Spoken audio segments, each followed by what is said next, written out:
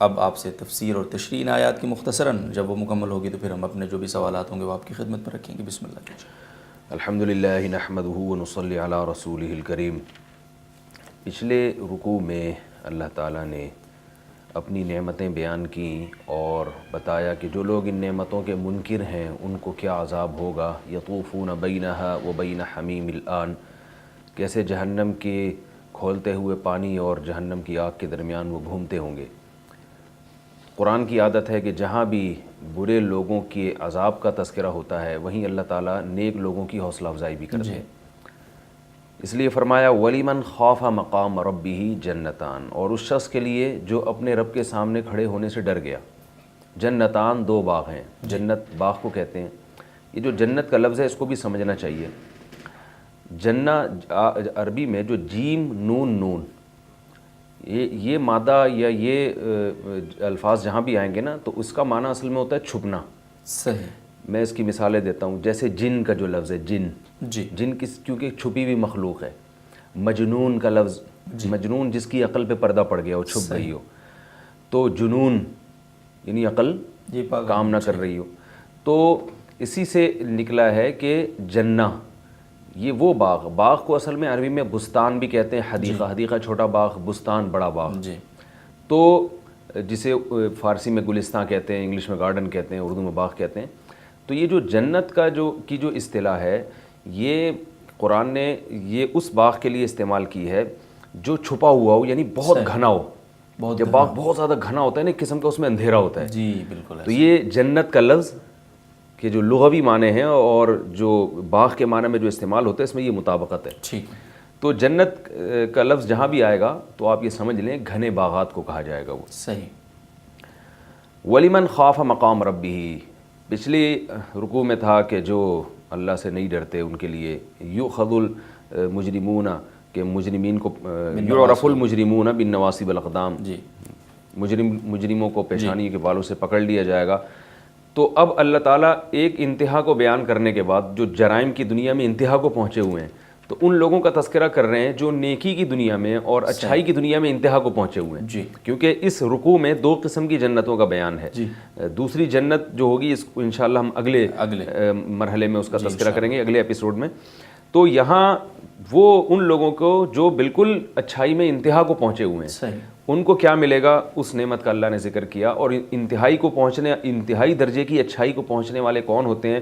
یہ وہ ہوتے ہیں جن کو ہر وقت اس بات کا احساس رہے کہ ہم نے رب کے سامنے کھڑا ہونا ہے. تو کوئی بھی کام جب وہ کریں گے تو ان کو یہ احساس ہوگا کہ کیا رب کے سامنے جب ہماری حاضری ہوگی تو اس عمل کا ہم کی لاجک بیان کر سکتے ہیں کہ اللہ میں نے یہ کیوں کیا. ٹھیک. کیا میرے پاس اس کا جواب ہے؟ اگر اللہ پوچھے کہ کیوں کیا تو کیا میرے پاس کوئی ایسی ریزن ہے جو میں بیان کر سکوں کہ اے اللہ میں نے یہ کام اس لیے کیا تھا.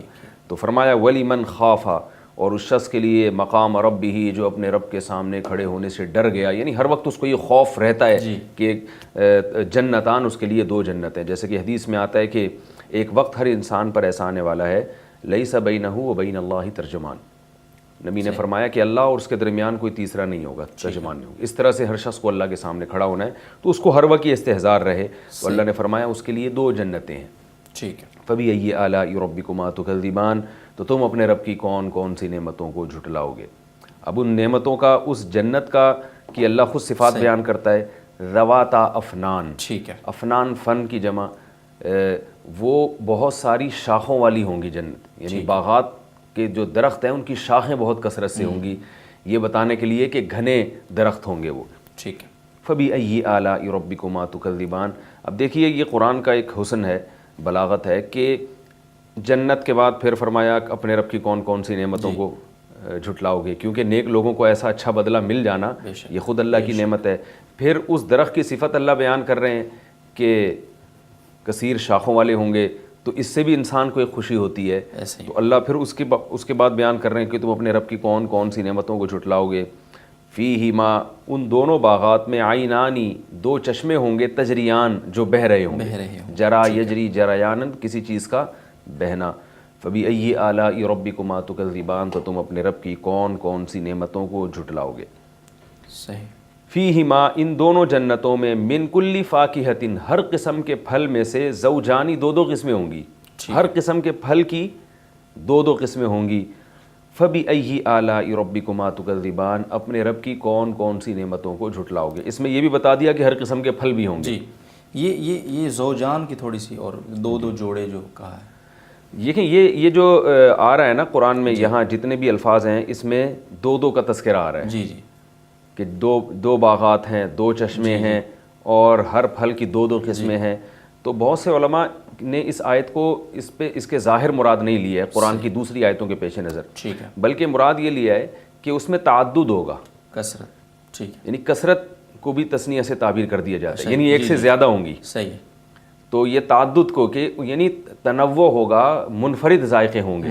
تو اس کو مثال سے سمجھایا, کیونکہ ایک سے زیادہ جب کوئی چیز ہوتی ہے تو اس میں ذائقے یعنی ایک جیسا ذائقہ نہیں ہوگا. ٹھیک ہے. تو یہ بتانے کے لیے قرآن جو ہے نا, یہ کیونکہ بلاغت کا جو تعلق ہے نا, وہ کوئی لگے بندے اصولوں سے نہیں ہوتا. جی. آپ دیکھتے ہیں کہ ایک شخص جب ایک بات کو ایک انداز میں بیان کرتا ہے, وہی شخص جب اسی انداز میں بیان کرے گا تو وہ بات نہیں بنے گی. ایسے ہی بلاغت میں یعنی بلاغت کہتے ہیں کون الکلامی مطابقا لمقتضی الحال, اس حالت کے مطابق کلام کرنا جو متکلم کی یعنی مخاطب کی جو کیفیت ہو, کہ کون سا کلام اس وقت اس پہ زیادہ اثر انداز ہو سکتا ہے. ٹھیک ہے.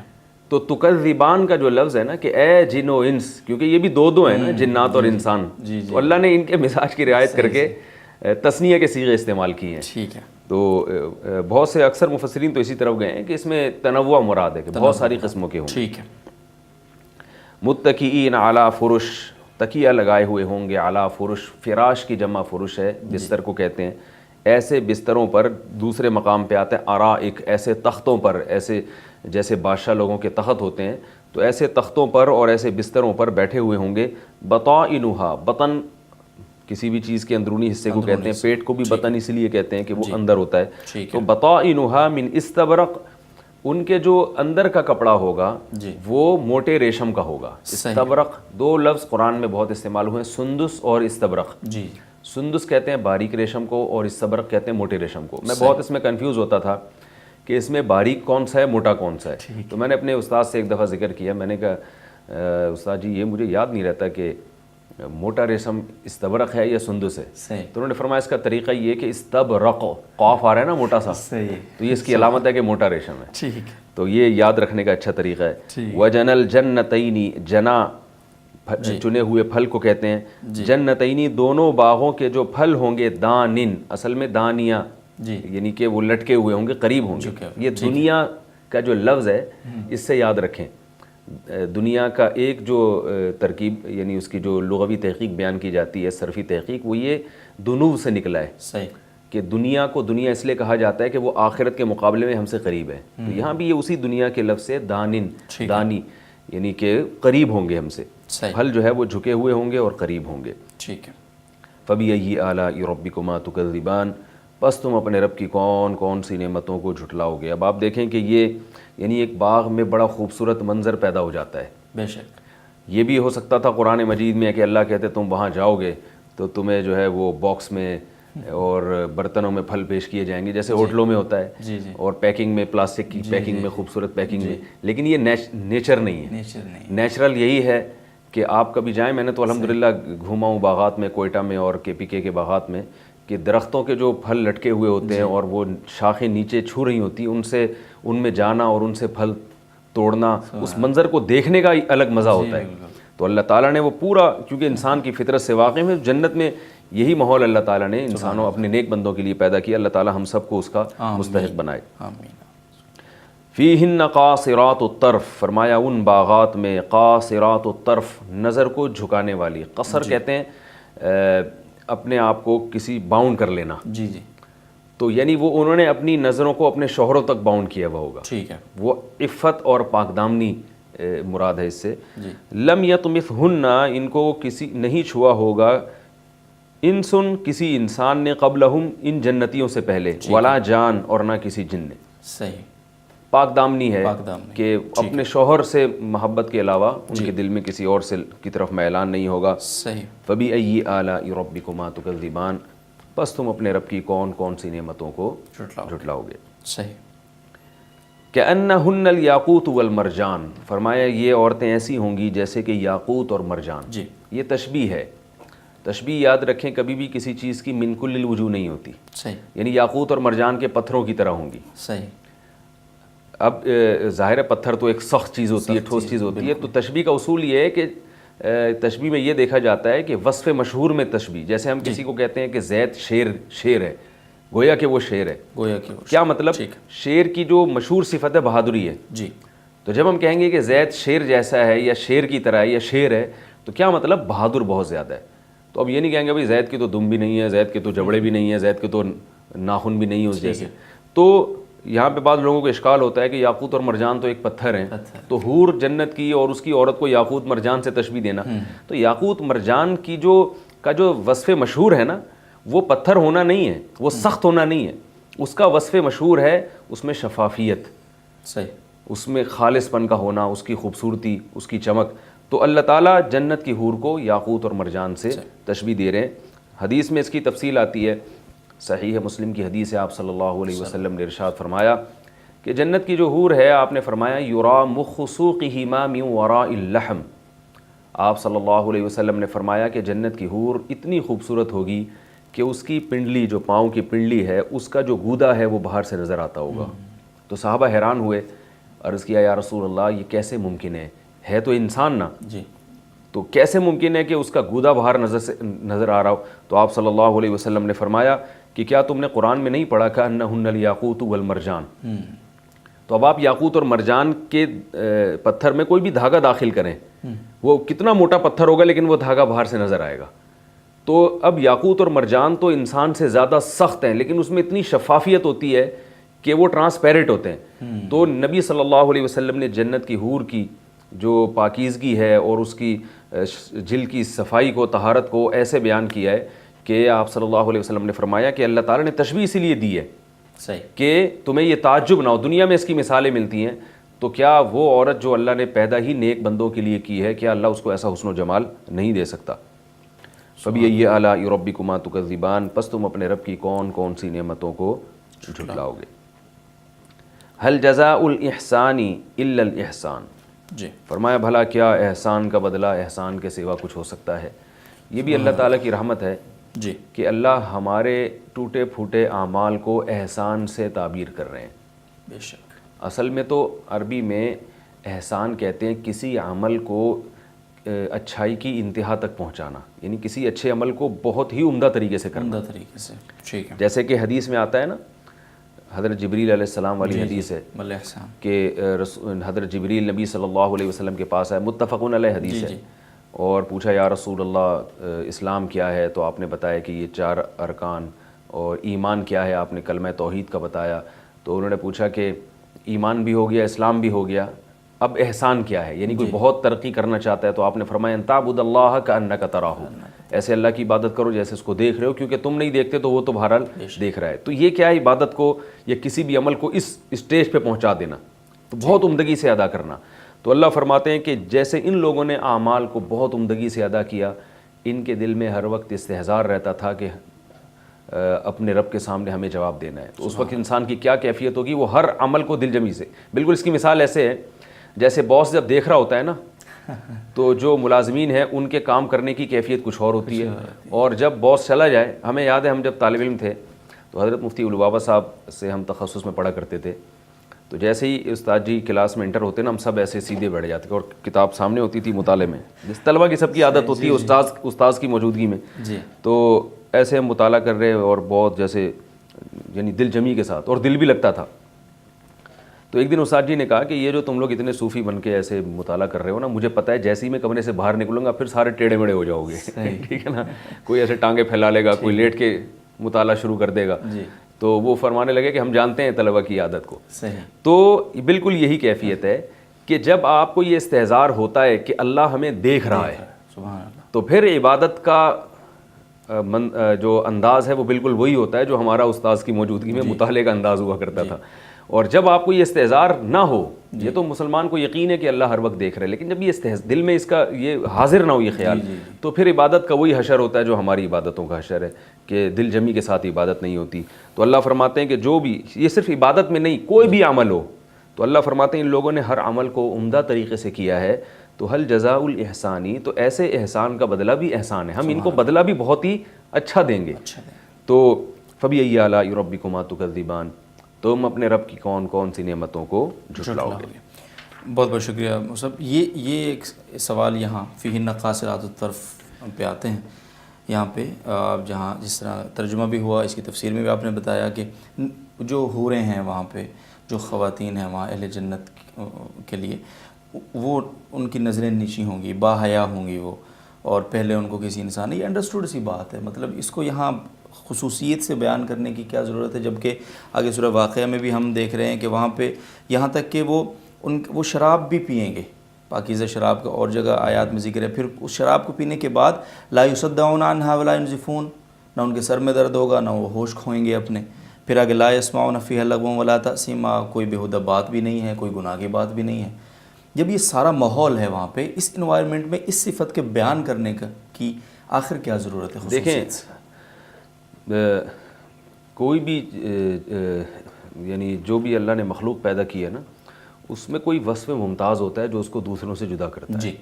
مثال کے طور پر مرد کس چیز کا نام ہے؟ بہادری کا. اب جب بھی آپ دیکھیں کہ کوئی مرد جو ہے بزدلی کا کام کرے تو لوگ اس کو مردانگی کا طعنہ دیتے ہیں کہ تو آدمی ہے یا عورت ہے، کہتے ہیں نا کہ کیا، یا کوئی بالغ ہو، سمجھدار ہو. تو ایک 40 سال ایک سمجھداری کی عمر ہے، اس وقت اگر کوئی الٹی سیدھی حرکتیں کرے تو لوگ کیا کہتے ہیں؟ بھائی تو بچہ ہے کیا؟ یعنی اس عمر میں تو انسان کے ایک سب سے اچھی صفت کیا ہے کہ وہ میچور ہو جاتا ہے. اور کچھ صحت اچھی ہو یا نہ ہو، تجربہ ہو یا نہ ہو، تعلیم ہو یا نہ ہو، تو میچور تو بہرحال ہو ہی جاتا ہے. تو اسی طرح مرد کو طعنہ دیا جاتا ہے بھائی بہادری، یعنی بزدلی کا طعنہ. تو اسی طرح یاد رکھیں، کبھی کسی عورت کو یہ نہیں کہا جاتا کہ وہ اگر بزدل ہو کہ تو عورت ہے یا کیا ہے، یہ نہیں کہا جائے گا. تو اسی طرح یاد رکھیے کہ فطرت نے یہ تقسیم کی ہے کہ عورت کا جو سب سے بڑی صفت ہے وہ ہے عفت اور پاک دامنی، عفت اور حیا، شرم. تبھی عورت کی طبیعت میں اللہ نے حیا اور شرم کا مادہ زیادہ رکھا. مرد اگر بے حیا ہو اتنا برا نہیں ہے، جیسے عورت اگر بزدل ہو تو یہ اتنی بری بات نہیں ہے، لیکن مرد اگر بزدل ہو تو یہ زیادہ بری بات ہے. اسی طرح مرد اگر بے حیا ہو تو بری بات ہے مگر اتنی نہیں، عورت اگر بے حیا ہو تو یہ زیادہ بری بات ہے. تو اللہ تعالیٰ جنت کی عورت کی اس صفت کو ہائی لائٹ کر رہے ہیں جو عورت میں سب سے زیادہ مرغوب سمجھی جاتی رہی ہر دور میں. یہ تو اب چونکہ یعنی پورا کلچر ہی چینج ہو گیا نا، اب تو بے حیائی اتنی دنیا میں پھیل گئی ہے، انسان فطرت سے ہٹ گیا ہے. تو اب تو بے حیا ہونا، عورت کا بے حیا ہونا کوئی نہ صرف یہ کہ برائی نہیں بلکہ ایک کمال سمجھا جاتا ہے. لوگ کہہ رہے ہیں میں تو بولڈ لڑکی چاہیے شادی کے لیے، بہت ہی ایسی ماڈرن چاہیے اور ایسا لباس ہو. تو یہ فطرت چینج ہونے کی علامت ہے. تو پہلے زمانے میں چاہے مرد کتنے ہی برے ہوتے تھے، ان کو بیوی بہرحال پاک دامن ہی چاہیے ہوتی تھی. تو اللہ تعالیٰ نے عورت کی وہ صفت جو سب سے زیادہ مرغوب ہے اللہ کی نظر میں اور فطرت کی نظر میں، اس صفت کو ہائی لائٹ کیا ہے کہ جنت کی حور جو ہے محض خوبصورت نہیں ہوگی، کیونکہ جو خوبصورت ہوتی ہے تو اس کو اپنی خوبصورتی میں ناز بھی ہوتا ہے. اور پھر دنیا میں اکثر ایسا ہوتا ہے کہ چونکہ بہت سے مرد اس کے پیچھے لگ جاتے ہیں تو بسا اوقات ایسا ہوتا ہے کہ اس کے مردوں سے تعلقات بھی ہو جاتے ہیں، وہ پاک دامنی نہیں رہتی. تو اللہ فرماتے ہیں کہ ایک طرف حسن کی انتہا کو ہوگی لیکن دوسری طرف پاک دامنی اور عفت اتنی زیادہ کہ اپنی نظروں کو جھکانے والی کا مطلب صرف اپنے شوہر کی طرف. تو ایسی یعنی عورت ملے گی جس کے دل میں تمہاری محبت کے سوا کچھ بھی نہیں ہوگا. بہت بہت شکریہ مصعب. ایک چیز اور کہ ہم اور صورتوں میں بھی، سورہ رحمان میں خاص طور پر، دیگر سورہ واقعہ میں بھی ہے، جنت کی نعمتوں کا ذکر جہاں بھی آتا ہے تو وہاں ایک چیز بڑی کامن ہم نے دیکھی ہے کہ زیادہ تر کھانے پینے کی چیزیں، انسانی خواہشات جو ہیں، جن کو صرف ہم خواہش بولتے ہیں، ان چیزوں کا ذکر ہے. مطلب جیسے ایسے تکیے ہوں گے، وہاں پر آرام کریں گے، یہ کھانا ہوگا، یہ پینا ہوگا، یہ چشمے ہوں گے، یہ نہریں ہوں گی، یہ عورتیں ہوں گی، یہ حوریں ہوں گی. ان کے علاوہ اور نعمتوں کا ذکر خاص طور پہ کیوں نہیں کیا گیا؟ یہ ایک ایسا سوال ہے جو آج کل ایتھیسٹ لوگوں نے بہت اٹھایا ہوا ہے. وہ یہی سوال کرتے ہیں کہ جنت میں تو خواہشات، یعنی یہ جو آپ کی سیکچول ڈیزائرز ہیں ان کو پورا کیا جا رہا ہے، پیٹ کی خواہشات، کھانا پینا، یہ تو گویا کہ قرآن جو ہے انسان کو خواہشات نفسانیہ کا غلام بنا رہا ہے، اور یہ چیزیں کا ہے کہ یہ سب چیزیں ہوں گی، یعنی حیوانیت سے اس کو وہ لوگ ایتھیسٹ لوگ تعبیر کرتے ہیں. تو ان سے ایک سوال ہمارا یہ ہے کہ آپ جب دنیا میں کسی کو کوئی انعام دیتے ہیں تو کیا دیتے ہیں؟ آپ بھی تو خواہشات ہی پوری کرتے ہیں. نوبل پرائز جو ملتا ہے پیسے ملتے ہیں نا اس میں, ان پیسوں سے کیا ہوتا ہے؟ صحیح, آپ اچھا کھائیں گے, اچھی رہائش رکھیں گے, اپنی خواہشات کو پورا کریں گے. جی. تو جنت میں کوئی ایسی خواہش نہیں رکھی اللہ تعالیٰ نے جو ناجائز ہو, بری خواہش ہو. ٹھیک ہے. کہیں نہیں ہے جنت میں چرس ہیروئن بھی ہوگی, جنت میں جناب یہ زنا بھی ہوگا, ایسا نہیں ہے. جنت میں بھی بیویاں ہوں گی. تو نعمت جو ہے نا, نعمت وہی چیز ہوتی ہے جو آپ کی تسکین کا ذریعہ بنے. صحیح. اور انسانی تسکین کا جو ذریعہ جتنا اس کی فطری خواہشات کی تکمیل انسانی تسکین کا ذریعہ بنتی, اتنی کوئی اور چیز نہیں بنتی. جو آپ کی نیچرل ڈیزائرز ہیں جی, اس کو پورا کرنے کا اللہ نے آخرت میں انتظام کیا ہے, تاکہ انعام تو ہو نا. اگر اللہ تعالیٰ کہہ دیتے کہ آپ کو جنت میں نہ کھانا ملے گا نہ پینا ملے گا اور نہ آپ کی خواہشات پوری ہوں گی, جنت میں آپ یہاں 18 گریڈ کے تھے تو وہاں 21 گریڈ کے آفیسر بن جائیں گے, ٹھیک ہے نا. تو اب آپ میں ان لوگوں سے پوچھتا ہوں جی, کہ جو کھانے پینے کی لذتوں سے اور نیچرل لذتوں سے محروم ہیں, وہ کہتے ہیں ہمارا پیسہ ہمارے کسی کام کا نہیں ہے, جی, ہمارا عہدہ ہمارے کسی کام کا نہیں ہے. بالکل ایسا. تو ان کی زندگی عذاب بنی ہوئی ہے. ایک مشہور واقعہ ہے نا, ایک جو بحری جہاز کی کمپنی کا مالک تھا, اس سے کسی نے پوچھا کہ آپ کی آخری خواہش, دنیا کی سب سے بڑی خواہش کیا ہے؟ اس نے کہا کہ میں جب اپنی پلکیں گراتا ہوں نیچے تو اس کے یہ جو پٹھے ہیں نا یہ کمزور ہو گئے تھے, تو وہ پلکیں اٹھا نہیں سکتا تھا اپنی, یعنی اس کو اس نے جو ہے نا ٹیپ سے یا کسی چیز سے چپکائی ہوئی تھیں اوپر, اور پھر جب آنکھوں میں خشکی پیدا ہوتی تو پانی کے چھینٹے مارنے پڑتے تھے. تو یہ ایک بیماری لاحق ہو گئی تھی. تو وہ کہنے لگا کہ میری سب سے بڑی خواہش ہے میری پوری دولت لے لی جائے اور مجھے یہ بیماری سے مجھے شفا مل جائے. تو یہ تو چونکہ ہمیں کھانے پینے کی نعمتیں مل رہی ہیں اس لیے ہمیں اس کی قدر نہیں ہے. اگر یہ اللہ نہ کرے ہم سے چھن جائیں تو ہم کہیں بھائی ہم سے سب کچھ لے لو, ہمیں یہ لذتیں اور یہ نعمتیں دے دو. تو اللہ, کیونکہ اسلام دین فطرت ہے اور اللہ تعالیٰ انسان کے مزاج اور اس کی طبیعت سے واقف ہے, تو انہی چیزوں کا اللہ نے انتظام کیا ہے جو آخرت میں دی جائیں گی. تبھی دیکھیں روزے میں یہی چیزیں چھڑوائی جاتی ہیں. جمع چھڑوا دیا, روزے میں کھانا چھڑوا دیا, پینا چھڑوا دیا, تاکہ روزہ لگے اور ٹائٹ قسم کا لگے روزہ, کیونکہ یہ نیچرل چیزیں ہیں, ان سے بچنا بہت مشکل ہے. تو اللہ نے یہاں بہت سی چیزوں پہ پابندی لگائی, بتایا کہ یہاں اس پر عمل کرو گے تو وہاں یہ نعمتیں تمہیں ملیں گی, اچھے انداز سے ملیں گی. بہت بہت شکریہ مصعب, جزاکم اللہ, بہت زبردست انداز میں آپ نے اس کی وضاحت کر دی ہے. اچھا آگے یہ جو آخری آیت تھی آج کی اس نشست کی ہم نے جو پڑھی, هل جزاء الاحسان الا الاحسان, تو ترجمہ ہے اچھائی کا بدلہ اچھائی کے سوا کیا ہے. اس احسان, جو لفظ احسان اس آیت میں ہے, اس کی تشریح آپ نے کر دی. اس سے یہ مفہوم اگر ہم اخذ کریں تو کیا یہ درست ہوگا کہ یہ جتنی نعمتیں اوپر ذکر کی گئی ہیں یہ انہی اعمال کے بدلے میں ملیں گی جو اعمال اعلیٰ درجے کے ہوں گے اور احسان کے درجے کو پہنچے ہوئے ہوں گے؟ کیا اس کا یہ مطلب؟ جی بالکل یہی مطلب ہے, کیونکہ اس رکوع کے دوسرے حصے میں ایک دوسری جنت کا ذکر ہے. اچھا, جس کو خود قرآن کہہ رہا ہے وَمِن دُونِهِمَا جنتان, ان دونوں سے کم درجے کی بھی جنت ہے. صحیح. تو یہ عام مسلمانوں کے لیے جو درجہ احسان تک نہیں پہنچے ہوئے ہوں گے, تو ان جنت اور اس جنت میں تھوڑا فرق رکھا گیا. جزاکم اللہ, بہت بہت شکریہ. ناظرین محترم, فَبِأَيِّ آلَاءِ رَبِّكُمَا تُكَذِّبَانِ, یہ بار بار اللہ رب العزت اس آیت مبارکہ کا تکرار کر کے ہمیں درس شکر دے رہے ہیں. اور جس طرح سے صاحب نے واقعہ سنایا وہ پلکوں والا, تو بالکل رونگٹے کھڑے ہو گئے اس کو سن کر. اور یقیناً ہم میں سے بہت سارے لوگوں میں یہ احساس بھی شاید نہیں ہوگا کہ یہ پلک بھی اللہ تعالیٰ کی کتنی بڑی نعمت ہے, جو ایک چھوٹا سا حصہ ہے ہمارے جسم کا. تو یہ اس صورت کو پڑھتے وقت ہمیں اللہ تعالیٰ کی ہر نعمت میں غور ضرور کرنا چاہیے, کوشش کرنی چاہیے کہ ہم اللہ رب العزت کے شکر گزار بندے بنیں, کیونکہ یہ ایک ناخن, یہ ایک بال ہمارا اور جسم کا ایک حصہ, ایک رگ اللہ رب العزت کی ایسی نعمت ہے کہ پوری دنیا کی دولت بھی اس کے مقابلے میں ہیچ اور کم تر ہے. میں حضرت مفتی طارق مسعود صاحب سے درخواست کروں گا آج کے درس کا, آج کی نشست میں ہم نے جو آیات منتخب کی ہیں, موضوع گفتگو بنایا, جن کو کوئی خلاصے کے طور پر, سبق کے طور پر چند منٹ کی گفتگو یا چند جملے, اور پھر انشاءاللہ دیکھیں یہ پورا رکوع اللہ تعالیٰ نے ان لوگوں کے بارے میں بیان کیا ہے جو درجہ احسان تک پہنچتے ہیں. تو اس میں ہمیں پہلے تو یہ کوشش کرنی چاہیے کہ ہم کوئی بھی عمل کریں اس کو عمدہ طریقے سے کریں. بہت افسوس کے ساتھ کہنا پڑتا ہے کہ بہت سے غیر مسلم قوموں نے کچھ چیزیں وہ ایسی لے لی ہیں جو ہماری ہونی چاہیے تھی, یعنی ہم میں ہونی چاہیے تھی, جو ہمارے مذہب نے. تو یہاں بھی احسان کا تذکرہ ہے کہ آپ کوئی بھی عمل کریں تو انتہائی دل جمعی کے ساتھ, عمدگی کے ساتھ. ہم صرف دین کے معاملے میں نہیں, دنیا میں بھی ہم سست ہیں.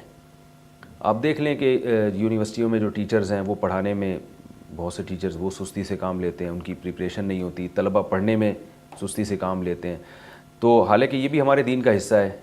اور عبادات کے معاملے میں ہم دیکھ لیں نماز میں کیا حالات ہیں, تکبیر اولیٰ کی پابندی نہیں ہے, اگر ہے تو نماز میں دل نہیں لگ رہا, رمضان کا روزہ گزر رہا ہے تو ٹائم پاس کرنے کے لیے فلمیں دیکھی جا رہی ہیں, غیبتیں کی جا رہی ہیں. تو ہم اپنے گریبان میں جھانک کے دیکھیں کیا کوئی ایک عمل ہم ایسا شو کر سکتے ہیں اپنے سامنے, اللہ کے سامنے تو ہو ہی رہا ہے, اپنے آپ کے سامنے رکھ سکتے ہیں کہ جس میں ہم یہ کہیں کہ یار یہ والا کام ایسا ہے جو میں نے واقعی, چلو میں ہر کام کو درجہ احسان تک نہیں پہنچاتا مگر اس کام میں نے درجہ احسان تک اس کو پہنچایا ہے, اس میں یہ کہہ سکتا ہوں یہ میں نے بھرپور طریقے سے کیا ہے. تو میرا خیال ہے کہ سارے مجھ جیسے نالائق ہی نکلیں گے اور یہی رزلٹ ہوگا کہ کوئی ایک عمل بھی ایسا نہیں ہے جو ہمارا سیدھا ہو. تو ہمیں اس پر توجہ دینی چاہیے کیونکہ اللہ تعالیٰ نے وہ لوگ جو عمل بھی اچھا ہو اور اس کو انتہا تک پہنچایا ہو. ہاں برے اعمال میں ہم بہت انتہا تک یعنی اس کو بڑے تمیز سے کرتے ہیں, بہت سی برائیاں جو ہے نا اس کو ہم کوشش کرتے ہیں کہ بہت انتہا تک پہنچائیں. تو اچھے عمل کو, والدین کی خدمت کو دیکھ لیا جائے, کیا کوئی ایسا ہے جو کہ میں نے والدین کی بھرپور طریقے سے خدمت کی ہے اور میرا ضمیر مطمئن ہے.